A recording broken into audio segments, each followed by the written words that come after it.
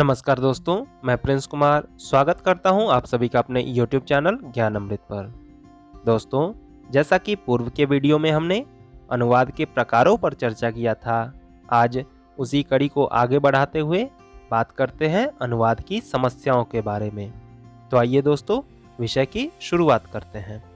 दोस्तों, अब तक हम यह समझ चुके हैं कि एक भाषा में व्यक्त विचारों, भावनाओं और विषयों को दूसरी भाषा में व्यक्त करना ही अनुवाद है।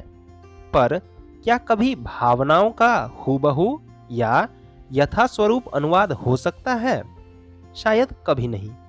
जैसे ओ माई गॉड का हिंदी अनुवाद हे मेरे भगवान होगा, लेकिन हम इस वाक्य का प्रयोग न करके हे भगवान, हे प्रभु, हे ईश्वर, हे भगवान आदि का प्रयोग करते हैं।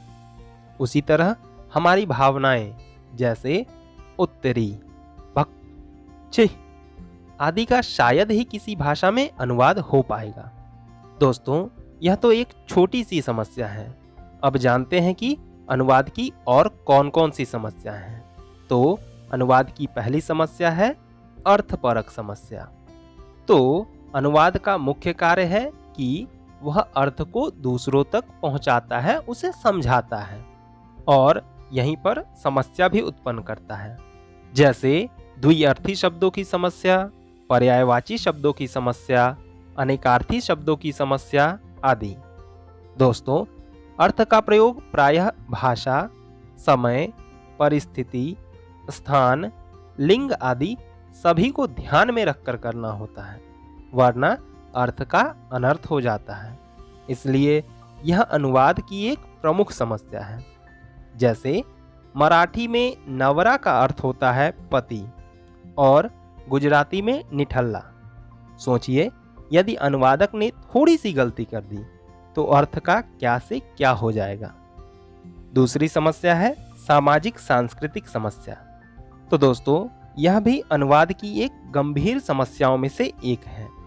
प्रत्येक क्षेत्र के रीति रिवाजों, उत्सव, पर्व, समारोह आदि के आधार पर प्रयुक्त शब्द भी अलग अलग होते हैं। वहाँ के पारिवारिक रिश्तों, नाम, सामाजिक व्यवहार के शब्द, आचार पद्धति के शब्द आदि सभी अलग होते हैं, जिसे समझना और उसका अनुवाद कर पाना एक बड़ी समस्या है। जैसे तमिल में पिता को नाना बोला जाता है, लेकिन वहीं हिंदी में नाना का अर्थ माँ के पिता से होता है। इस तरह की और भी अनेकों समस्या है। तीसरा जो समस्या है वह है भाषा प्रयोग के स्तर की समस्या। तो हर भाषा में शब्दों का अपना प्रयोग निश्चित होता है। उसका वही रूप उसी भाषा के अन्य क्षेत्रों में कर पाना संभव नहीं है। जैसे अंग्रेजी भाषा के अर्थशास्त्र में बिल का अर्थ होता है पावती या रसीद, वहीं न्याय के क्षेत्र में बिल का अर्थ वसीयत से है।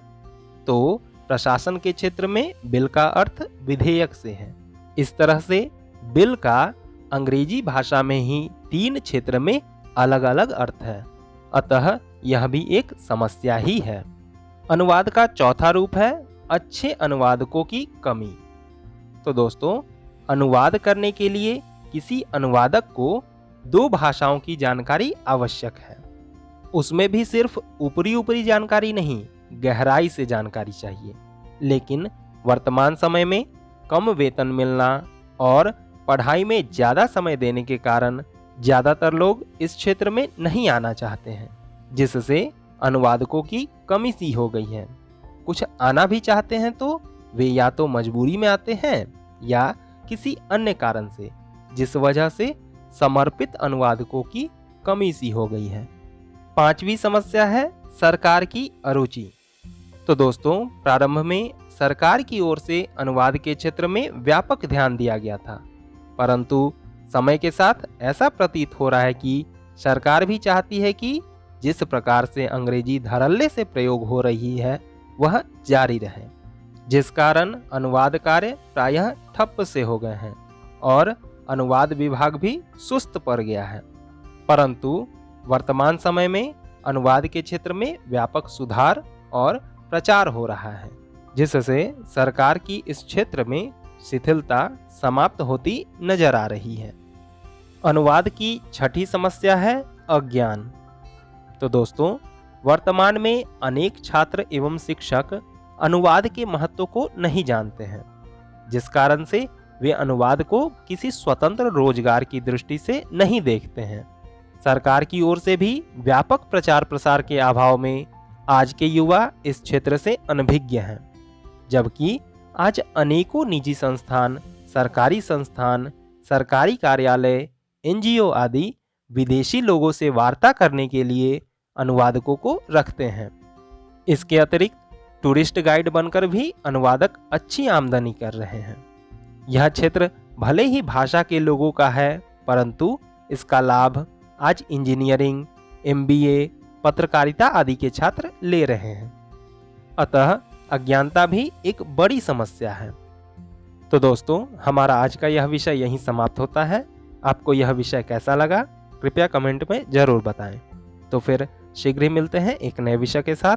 तब तक के लिए नमस्कार, धन्यवाद।